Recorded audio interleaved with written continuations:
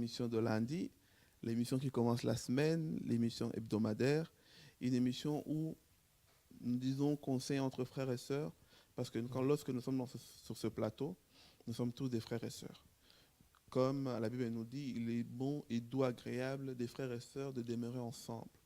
Nous aimons bien demeurer ici ensemble pour parler de l'Évangile, parler du Christ, parler de la bonne chose du Christ, et surtout c'est l'émission où nous disons c'est sans tabou et sans polémique, c'est-à-dire que nous parlons de tout ce qui concerne Christ pour édifier ta foi. Aujourd'hui, nous avons ramené un témoignage. Ça, ce sont l'une des émissions que je le dis toujours, c'est des émissions que j'aime le faire et qui me donnent la force de refaire des émissions comme ça. Parce que je me dis, je sais et j'ai la foi que toi qui me suis aujourd'hui, après cette émission, il y a quelque chose qui va changer dans ta vie. Amen. Surtout toi peut-être qui n'as pas encore connu Jésus. Peut-être tu crois que Jésus tâtonne. Tu crois que Jésus c'est une légende. Jésus c'est quelqu'un qu'on t'a juste raconté. Aujourd'hui tu comprendras que Jésus est en train d'agir. Et il agit puissamment dans la vie de ceux qui vraiment l'ouvrent la porte. Amen. On a un frère aujourd'hui sur le plateau, notre frère Erdan. Vous allez comprendre comment Jésus-Christ est rentré dans sa vie. Sois attentif, ne sois pas distrait. Je demanderais vraiment que le Saint-Esprit puisse te guider, puisse te permettre que tu puisses te concentrer, entendre la bonne nouvelle d'aujourd'hui, entendre comment Christ est en train de transformer. L'heure est grave, bien-aimé. Il faut le recevoir. Si tu l'as reçu à moitié, reçois-le complètement et pleinement. Parce que Christ veut toucher ta vie. Il est en train de préparer une épouse que bientôt il sera enlevé. Alors tu dois être prêt. Et aujourd'hui, tu comprendras comment Christ est en train de transformer les vies. Et que peut-être si ta vie n'a pas encore été transformée, c'est le moment. Si ta vie a été transformée à moitié, c'est le moment qu'aujourd'hui soit transformée pleinement et entièrement. Bonsoir mon frère. Bonsoir frère John. Nous sommes contents de vous recevoir. C'est une bénédiction. J'aime bien dans ce genre d'émission commencer par une prière. Amen. Si tu peux juste nous conduire dans un moment de prière, bien sûr, en quelques minutes, Amen. Pour que ce moment soit vraiment un moment conduit par le Saint-Esprit et que nous puissions toucher la vie de nos bien-aimés qui nous suivent aujourd'hui. Amen. Seigneur, merci pour ce moment où tu me permets de témoigner de ton amour, de ce que tu as fait dans ma vie. Seigneur, je sais qu'aujourd'hui, les frères et sœurs qui écoutent, ils seront touchés. Ce moment est glorieux, Seigneur. Et je sais que les personnes qui regardent ce message seront touchées. Ce matin, j'ai reçu un verset, Apocalypse 3:20. Si quelqu'un entend ma voix et m'ouvre la porte, j'entrerai. Donc ce message est pour toi, frères et sœurs. Aujourd'hui, tu seras touché. Ce témoignage va te toucher. Je prie, Seigneur, pour que les personnes qui écoutent mon témoignage se reconnaissent et que, Seigneur, tu les touches puissamment. Amen. Amen, amen, amen. Amen. On aimerait bien apprendre à connaître d'abord notre frère Erdan. Si on peut dire en quelques mots, qui est notre frère? Qui est ce frère en Christ que nous avons ici, qui fait partie de notre famille, que d'autres veulent aussi découvrir? Qui est notre frère Erdan? En quelques mots, si tu peux nous dire. Alors, je me présente en quelques mots. Donc, je m'appelle Erdan, j'ai 30 ans. Je suis marié depuis peu. J'ai 2 enfants, 2 merveilleux enfants que le Seigneur m'a donnés. Donc, moi, je suis d'origine bosniaque. Et je viens de l'église de Roubaix, qui se trouve dans le nord de la France. Amen. Vous avez entendu l'identité de notre frère. En tout cas, on est content. Moi, j'aime bien pour les témoignages qu'on reparte un peu avant Jésus. D'accord. Parce que on ne peut pas parler d'une personne transformée sans parler de la galère que cette personne a vécue. Parce que c'est de la profondeur de la souffrance de la personne que nous pourrons tester la puissance de Jésus. Alors, si on peut dire avant Jésus, qui était notre frère Erdan? Donc, avant ma rencontre avec Jésus, j'étais un petit garçon.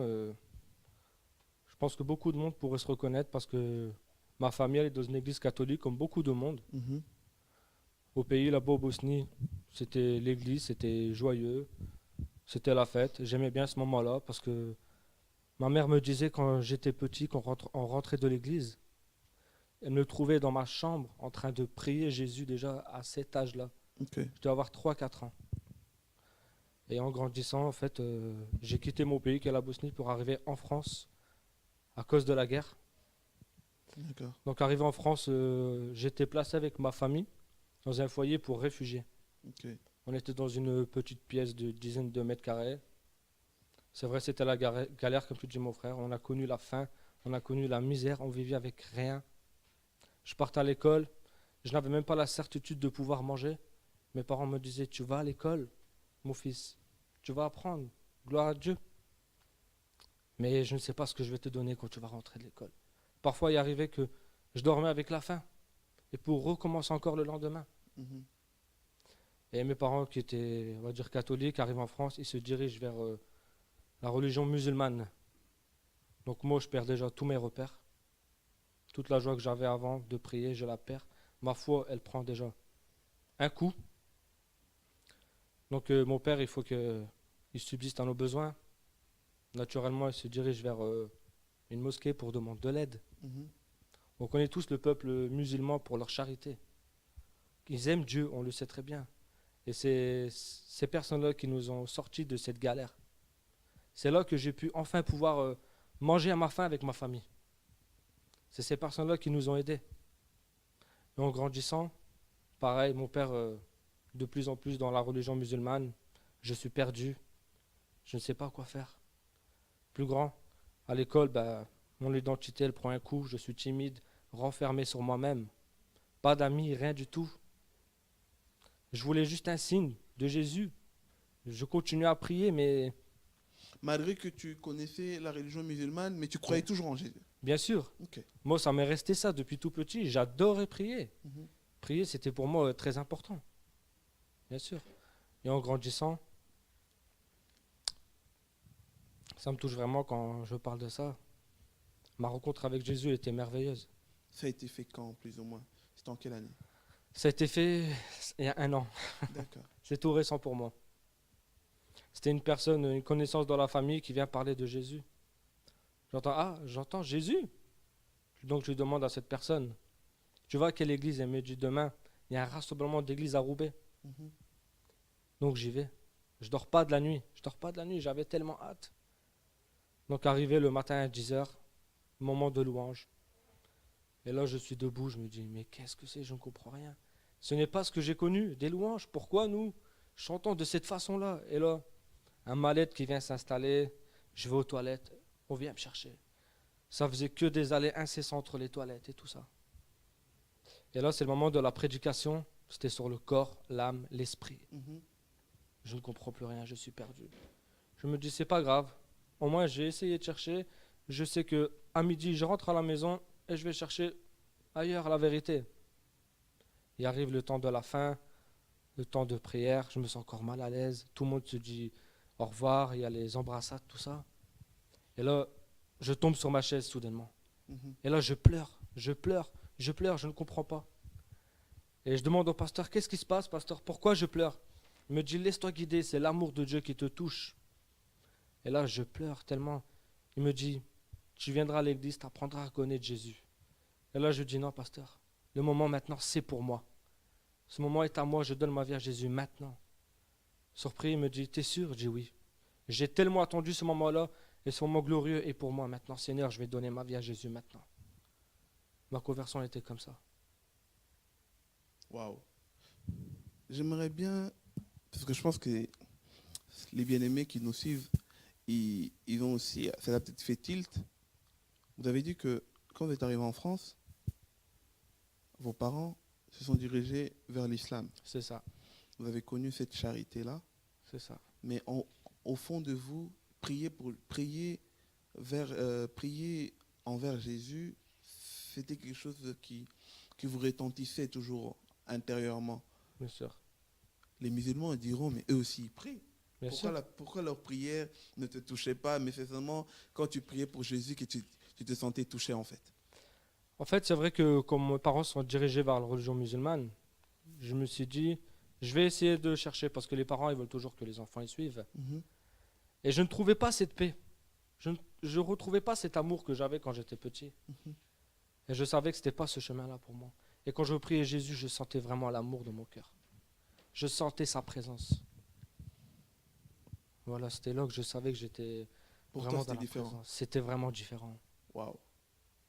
C'est vrai, Les musulmans, ils ont cette charité, ils ont cette crainte de Dieu, ils aiment Dieu. Mais j'ai une chose à dire. Mhm. C'est pas les bonnes actions c'est pas par les bonnes actions qu'on est sauvé. Amen. Tant qu'on n'a pas Jésus dans notre vie, on n'a rien. Amen. C'est Jésus le chemin, la vérité, la vie. Amen. Alléluia. Amen. Amen. Ah Seigneur, c'est vrai mes frères et sœurs, je vous le dis. Croyez, acceptez Jésus dans votre vie. Et vous verrez que moi, ce qu'il a fait dans ma vie, il peut le faire à vous aussi. Amen. Il va changer votre vie, je vous le dis. Il a tellement transformé ma vie et je peux vous dire qu'il commence à transformer ma vie aussi, et ma famille aussi. Et depuis que je fais la volonté de Dieu, que je me mets en règle, le mariage, le baptême qui s'est suivi il n'y a pas longtemps, je vois des miracles et des prodiges dans ma famille. Wow. Et tout ça, il peut le faire pour toi aussi. Amen. Si tu nous le permets, Oui. on aimerait bien comprendre. Tu as reçu Jésus. Oui. À partir du moment où tu as senti que tu l'avais vraiment reçu, Oui. que tu l'avais vraiment connu, quelles sont les premières choses que le Seigneur Jésus-Christ a changé dans ta vie? Quand j'étais petit, j'étais timide, renfermé. Mhm. Et ça, il l'a enlevé. La preuve, je suis ici, Amen. dans une capitale à Bruxelles, Mhm. où la concentration musulmane est en grand nombre. Mhm. Et je viens témoigner de l'amour de Dieu ici. Amen. Il a changé ça. Et puis il m'a transformé parce que je ne suis plus le même homme. Je suis posé, j'ai la paix, j'ai l'amour. Je me rappelle quand je suis sorti de cette église-là à Roubaix. On était à Roubaix, et comme j'aime dire ça, c'est même rigolo pour moi. Roubaix, c'est une très belle ville. Mais j'avais l'impression de voir Las Vegas devant moi. Parce que le voile est tombé dans mes yeux. Mm. Et j'aimais tout le monde. J'avais de l'amour pour tout le monde. J'avais envie de prendre dans mes bras tout le monde. L'amour de Dieu habitait en moi. Je l'ai ressenti tout de suite. Amen. Wow. Et en ce moment, au fur et à mesure, vous avez dit, ça fait 1 an. Ça fait 1 an. Et en 1 an, si tu peux décrire ou expliquer l'amour de Dieu, parce qu'ils te diront, oui, tu nous parles de l'amour de Dieu, tu Ouais. nous parles de l'amour de Dieu. Mais c'est quoi l'amour de Dieu? L'amour de Dieu nous transforme. Mhm. Parce que quand on a l'amour de Dieu, on a envie de témoigner partout, que ce soit au travail, Amen. à la famille. Et ça porte du fruit parce que la famille est touchée. Mhm. Récemment, un membre de ma famille, qui est sourd de naissance de l'oreille gauche, m'a dit, si Jésus guérit, je veux être guéri. Et on a prié pour cette personne-là. On a imposé les mains, j'ai dit, Seigneur, tu guéris. Guéris cette personne-là. Et puis maintenant, elle entend. Wow. Et tout de suite après, elle a donné sa vie à Jésus. Amen. Donc j'aime ce verset qui dit, crois au Seigneur Jésus et tu seras sauvé, toi et ta famille. Et c'est une vérité parce que Dieu n'est pas un homme pour mentir. Amen. Il tient ses promesses.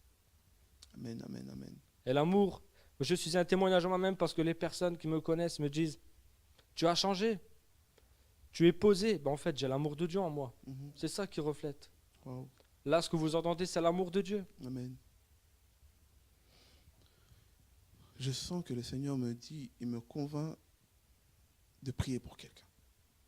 Il y a une personne qui est peut-être dans la situation qu'un membre de ta famille, Mhm. qu'il vit un problème aujourd'hui. Ouais. Il vit une souffrance. C'est vrai, c'est vrai. Il est en train de se dire, pourquoi le Seigneur a permis que je puisse vivre ça s'il est réellement Dieu? Bien sûr. Alors moi, j'aimerais que, je sais que le Saint-Esprit va t'utiliser, que tu puisses parler à quelqu'un et prier pour lui en ce moment qu'il nous suit, parce que je pense que lorsque le Seigneur ordonne quelque chose, nous devons être ces exécutants-là, qu'on écoute sa voix en disant que voilà, Seigneur, on fera ta volonté. Le Seigneur veut qu'on prie pour quelqu'un.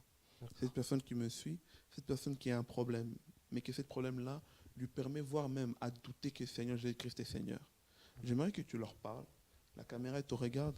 Tu t'adresses à eux, tu leur parles et qu'on prie pour eux. S'il faut qu'on prie pour eux ensemble, on va prier pour eux On ensemble va pour prier que ensemble, bien la sûr. main de Dieu puisse leur toucher. Amen. Amen. Merci Seigneur, je prie pour que tu puisses toucher les personnes. C'est vrai, frère John, il dit qu'il y a une personne, peut-être même dans ma famille, qui est dans la souffrance. Et je pense à mon oncle, qui vit des souffrances, qui a des graves maladies. Amen. Et c'est vrai, j'aimerais prier dans ce sens-là pour les personnes. Seigneur, que tu puisses agir à ces personnes-là. Parce que Seigneur, toi, ce que tu veux, c'est donner de l'amour. Tu veux guérir les personnes. Donc toi qui me regardes, peut-être que tu es en souffrance. Tu te dis, mais pourquoi Dieu n'agit pas dans ma vie? Amen. Je t'invite à accepter le Seigneur dans ta vie. Amen. Et il fera des miracles et des prodiges. Seigneur, il guérit, il est venu il y a 2000 ans sur terre. Amen. C'est pour prendre les péchés sur lui. Les malédictions, les maladies. Et ses promesses, il les tient. J'en suis un témoignage vivant pour vous tous, mes frères et sœurs. Amen. Je vous invite vraiment à accepter Seigneur Jésus dans votre vie. Et vous verrez que les guérisons seront là. Les miracles seront là. Toutes les promesses s'accompliront. Amen. Amen. Wow. Juste des simples paroles, mais on sent que le Seigneur Jésus-Christ Bien sûr. est en train de Amen. toucher Amen. les vies de pas mal de gens. Alléluia. Bien-aimés, croyez, Amen. croyez-en en lui fermement. Amen. Il touchera Croyez, vos vies. croyez. Aujourd'hui, vous êtes en train d'évangéliser. Bien sûr, donc j'ai mes frères qui sont là. Mhm. Depuis peu, on a un petit groupe d'évangélisation. Mhm. C'est des frères de différentes assemblées. Et depuis qu'on sort dans les rues pour évangéliser, on voit des miracles. On voit des personnes qui se lèvent des chaises roulantes, qui marchent. On voit des personnes qui donnent leur vie. Donc ça porte du fruit. Je vous encourage à sortir des églises et aller dans les rues et proclamer la bonne nouvelle. Parce que ces personnes, ils ont besoin d'entendre la bonne nouvelle. Mhm. Donc je vous encourage vraiment à le faire. Cet après-midi, après ce témoignage, nous sortirons dans les rues et nous irons annoncer la bonne nouvelle. Vous qui étiez timide de nature, On ne dirait pas. on ne dirait pas. Ben non, Et vous avez ce courage-là, voilà, vous avez Amen. ce courage-là de proclamer. bien Qu'est-ce sûr. qui s'est passé, cette transformation-là, de pouvoir crier haut et fort que Jésus... Tu n'as pas peur qu'on t'agresse, J'ai qu'on pas peur. t'insulte? Non, Hein? bien sûr, j'irai jusqu'au bout D'où pour le vient Seigneur, j'ai peur de rien. D'où vient ce courage-là? Ce courage-là, c'est le Parce que Seigneur c'est- qui m'a donné. Parce que c'est quelque chose que peut-être que nous tous, nous croyons, mais on n'a pas le même courage de sortir dehors. Bien sûr. Mais qu'est-ce qui s'est passé pour avoir ce courage-là? Et le Seigneur, il dit, nous a pas donné un esprit de timidité ni de peur, il nous a donné un esprit d'amour. Amen. Donc c'est ça qui me donne le courage et la force. Avec mes frères, on a la force parce que nous sommes le corps du Christ. Mhm. Et nous, on a vraiment envie de sortir dans les rues. Il y a des âmes à sauver. La moisson est grande, mais il y a peu d'ouvriers. Donc c'est ça la force, envie de sauver des âmes. On a l'amour pour les âmes perdues. Et je vous encourage vraiment à sortir dans les rues. N'ayez pas peur. Le Saint-Esprit est là avec nous. Mhm. Mais n'oublions pas que les anges sont là et nous protègent. N'ayez pas peur. Wow. N'ayez Et pas vous peur. faites ça partout? On fait ça dans plusieurs villes du Nord. Donc on essaie de sortir un peu plus. Là aujourd'hui on va faire Bruxelles. D'accord. On va rencontrer le groupe d'évangélisation Mid-Inscrit cet après-midi. Mhm. On va évangéliser avec eux. Quelle est votre joie après avoir participé dans une journée d'évangélisation Mm. et le soir quand vous rentrez?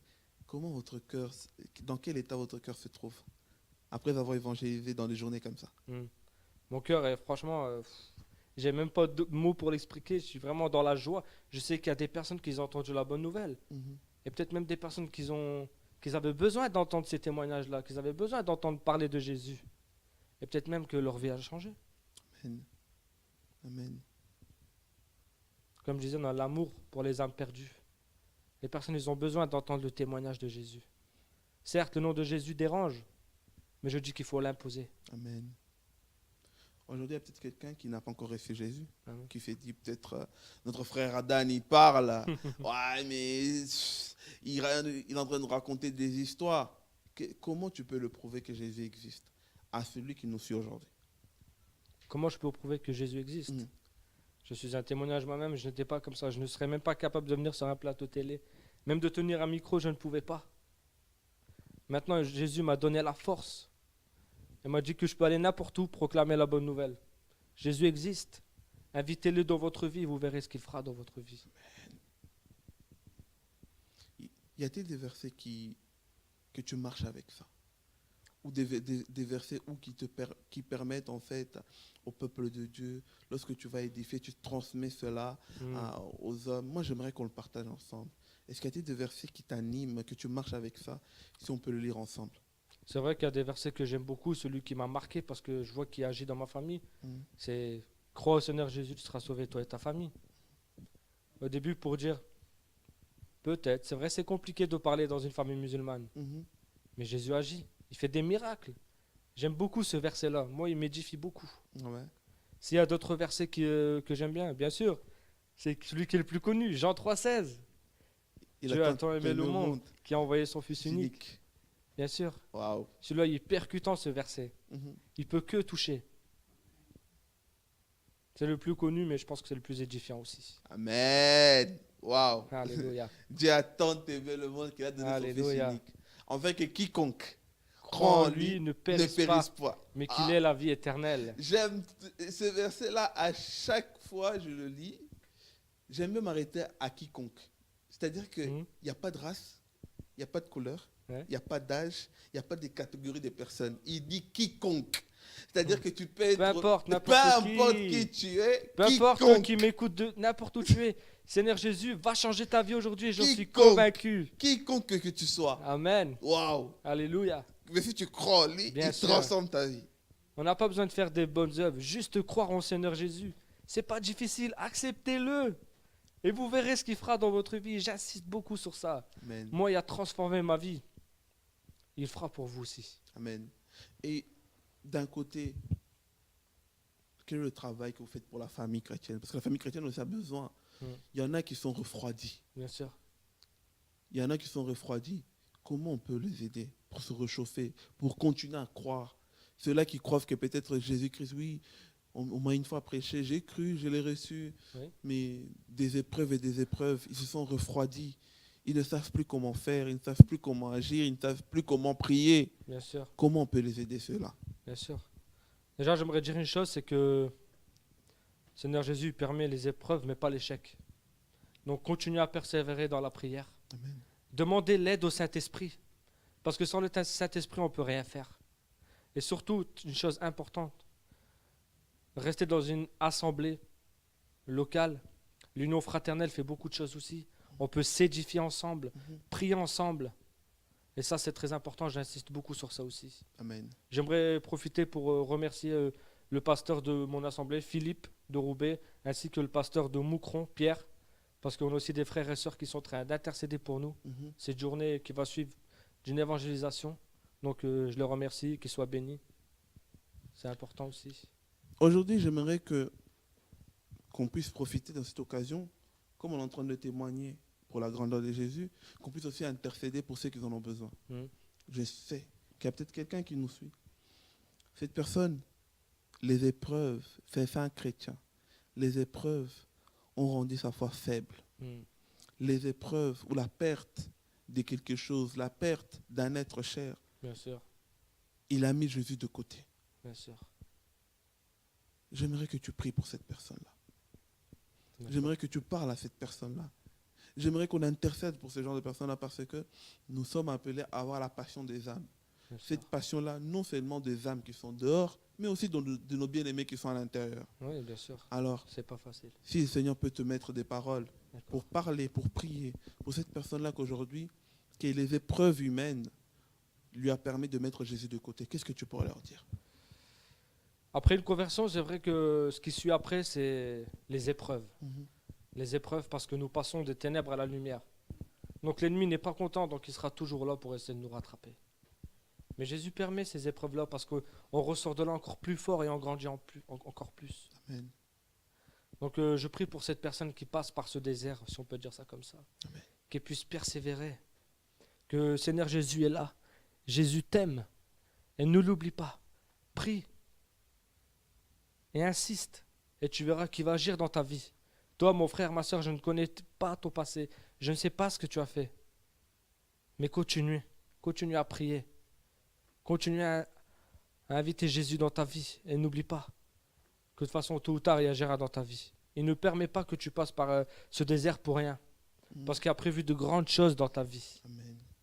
Comme on dit, le temps de Dieu n'est pas le temps de l'homme, mais persévère. Amen. J'insiste beaucoup sur ça. La persévérance.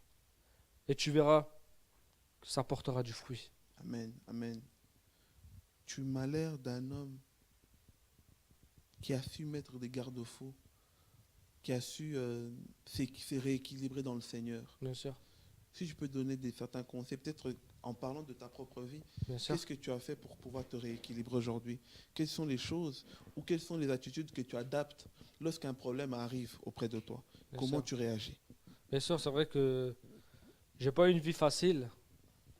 Quitter son pays pour arriver en France, être immigré, on est toujours mal accueilli. Mais heureusement que Seigneur Jésus est là. J'ai grandi avec Seigneur Jésus. Je prie. Comme j'ai l'union fraternelle est importante. C'est à ce moment-là qu'on s'édifie, qu'on témoigne de tout ce qu'on vit. Mhm. Et c'est ça qu'il faut pas oublier. Faut pas oublier ça. Donc toi, c'est l'union fraternelle, C'est ça. la communion entre frères et sœurs qui t'a Ouais. vraiment permis de maintenir bon. Bien sûr. Bien sûr, parce qu'en restant seul, on peut.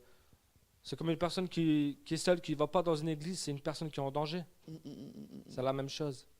Et ce qui m'a permis de grandir, rester fort comme ça, c'est la prière. Mhm. Donc avoir une église locale, c'est très important. Très important. Parce qu'aujourd'hui, on voit beaucoup de jeunes, beaucoup de chrétiens qui sont transformés, qui n'ont pas d'église locale, qui C'est veulent ça. rester dans leur coin. Si tu peux leur donner un conseil, qu'est-ce que tu peux leur dire? Pourquoi l'église locale est importante? L'église locale est importante parce que c'est un moment de joie où nous allons louer le Seigneur. Et c'est à ce moment-là que tu peux recevoir une bénédiction pour ta vie, une parole qui peut transformer ta vie. En restant chez toi, tu peux vivre une relation personnelle avec Dieu, c'est vrai, mais ce n'est pas suffisant. Amen. Bien-aimé, voilà pourquoi c'est bien.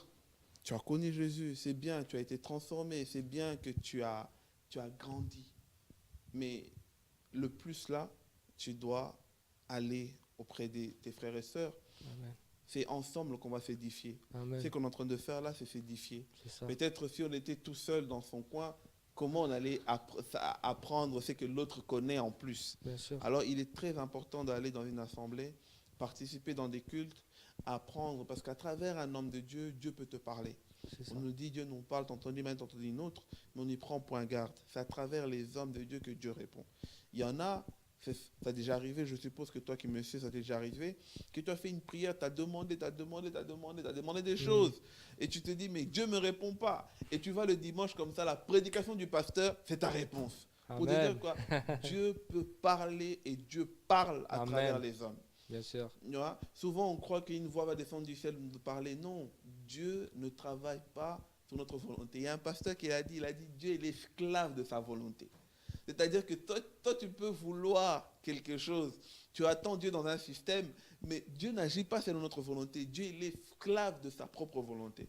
C'est-à-dire que tu peux même jeûner pendant 7 jours, pendant un mois. Mais si Dieu décide qu'il va te répondre dans une église, il va te répondre dans une église. Ce n'est pas que ta prière est mauvaise, mais c'est juste que toi, tu n'écoutes pas là où Dieu t'entend. Dieu t'attend quelque part. Alors va dans un lieu où on se rencontre à plusieurs, dans une assemblée où on dit, nous sommes des chrétiens, Dieu te parlera toujours. J'aime bien ton témoignage parce qu'il est simple. On a l'impression que la vie chrétienne, elle est très simple. Ouais. Alors que la vie chrétienne, elle est difficile, mais Elle est difficile. elle peut se simplifier lorsqu'on se donne corps et âme. C'est ça, exactement. Amen. C'est exactement ça, mon frère. Tu as raison. Elle est difficile Ouais, à ceux-là qui sont un pied dedans, un pied dehors. c'est ça. C'est-à-dire que tu vas encore être un peu dans le monde, Bien sûr. tu vas encore être ceci, cela, mais elle est facile pour nous autres parce qu'on s'est donné corps et âme à Jésus. C'est ça. C'est-à-dire que le Seigneur a simplifié les choses pour toi. Ouais. Ce qui était difficile à arrêter, toi, tu n'as pas du mal à l'arrêter. On te dit, ne fume pas. Tu laisses. On te dit, ne fais plus ça. Tu laisses. Parce que tu as la facilité. C'est vrai. Tu vis à l'obéissance du Christ. C'est ça. L'obéissance est importante parce que quand on obéit à Dieu, Ouais. il tient ses promesses Amen. et tu obtiendras ce que tu demandes. Mais obéis à Dieu et fais sa volonté avant tout. Mm. C'est Wow. vrai ça. Waouh. S'il y a des conseils qu'on peut donner parce que on sent que le peuple de Dieu est édifié, si tu peux leur donner quelques conseils en plus pour qu'ils puissent comprendre, comment ils doivent marcher avec Christ, comment ils doivent marcher avec le Seigneur, comment ils doivent comprendre lorsque le Seigneur parle. Quels sont les conseils que tu pourras leur donner? C'est vrai que beaucoup de personnes croient que le Seigneur va leur parler audiblement, Mhm. mais c'est pas comme ça. Dieu peut nous parler à travers la Bible, Mhm. peut nous parler à travers un frère, une Mhm. sœur, une prédication. Donc moi, je dis, vous pouvez aussi lire la parole, c'est très important. On s'édifie, on apprend à connaître le Seigneur. Mhm. Et aussi à se laisser guider par le Saint-Esprit, à écouter son cœur. Tout ça, c'est important, il faut mettre en pratique. En tout cas, on a été bénis. Amen. Je suis encore convaincu que on va terminer par une prière. Oui. où nous allons prier pour l'ensemble du corps du Christ. Nous allons prier pour notre famille et aussi, on va aussi prier pour que vous autres, les soldats, c'est vrai que c'est une grâce. Hein. Moi, par exemple, je sais que moi, j'aime beaucoup Jésus, mais je n'ai pas le courage de sortir. C'est vrai. C'est une force que Ouais. Dieu a donnée à des personnes bien particulières. Ce n'est pas donné à tout le monde, mais lorsque le Seigneur donne une force à quelqu'un, il faut l'encourager. C'est vrai. Parce qu'aller témoigner pour Jésus, sortir dehors, c'est comme si parce que là, c'est différent en fait. C'est différent entre nous, on est entre nous les chrétiens. Ouais, c'est ça. Mais toi, tu sors au milieu des personnes qui n'ont pas la même confession que toi.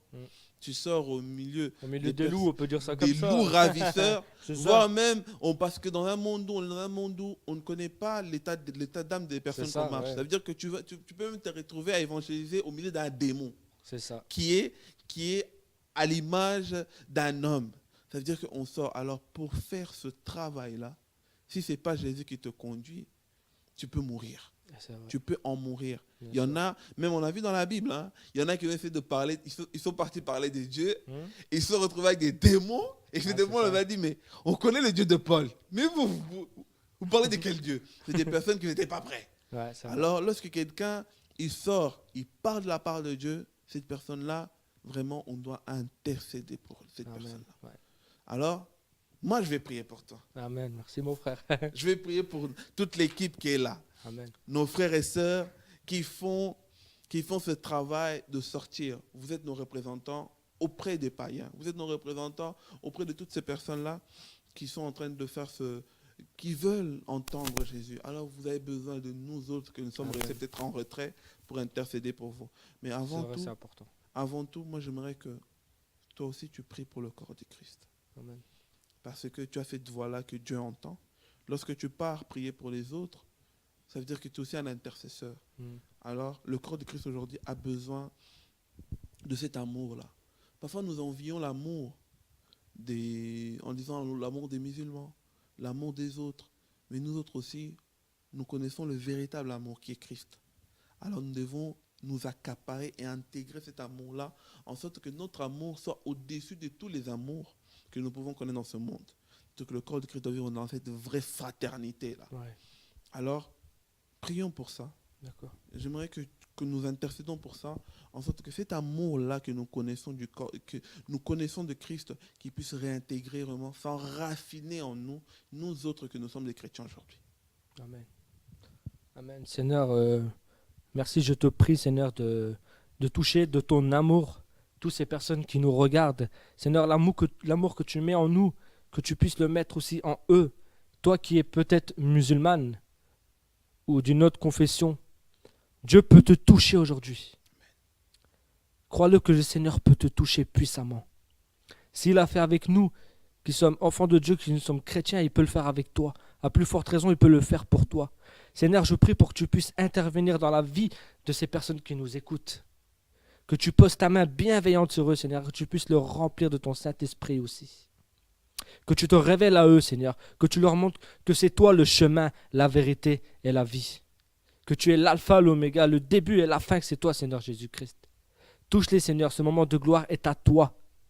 Je sais, Seigneur, que des personnes qui écoutent ce témoignage vont être touchées, vont se reconnaître. Peu importe l'endroit où tu te trouves, je t'invite à prier le Seigneur Jésus. Amen. Et demande-lui, j'ai entendu parler de toi à la télévision, ce jeune homme qui parle de Jésus. J'ai entendu parler de toi. Seigneur, je t'invite, montre-moi la vérité, dis-moi que tu es, je veux te connaître. Et tu verras qu'il viendra et il se révélera à toi. Je prie, Seigneur, pour nous, les enfants de Dieu, que tu puisses nous donner encore la force d'avancer encore plus avec toi, d'avoir les yeux rivés sur toi. Et nous, Seigneur, à t'aimer encore plus. Et nous, Seigneur, à nous donner cette force de témoigner encore plus dans les rues. Et Seigneur, que tu poses ta main bienveillante sur notre famille et les personnes qui ne connaissent pas Christ. Parce que je sais que tu peux faire des miracles, des prodiges. Et je le sais qu'aujourd'hui même tu le feras. Amen. Amen, Amen. amen, amen. Moi, j'aimerais prier pour vous, Amen. ensemble, toute la famille. J'aimerais que nous prions tous ensemble. Bien-aimé, toi qui me suis, j'aimerais que tu intercèdes en ce moment pour cette grande famille, tous les frères et sœurs qui ont qui ont cette soif, qui ont cette mission de sortir, d'aller parler de Christ, ils ont besoin de nos prières.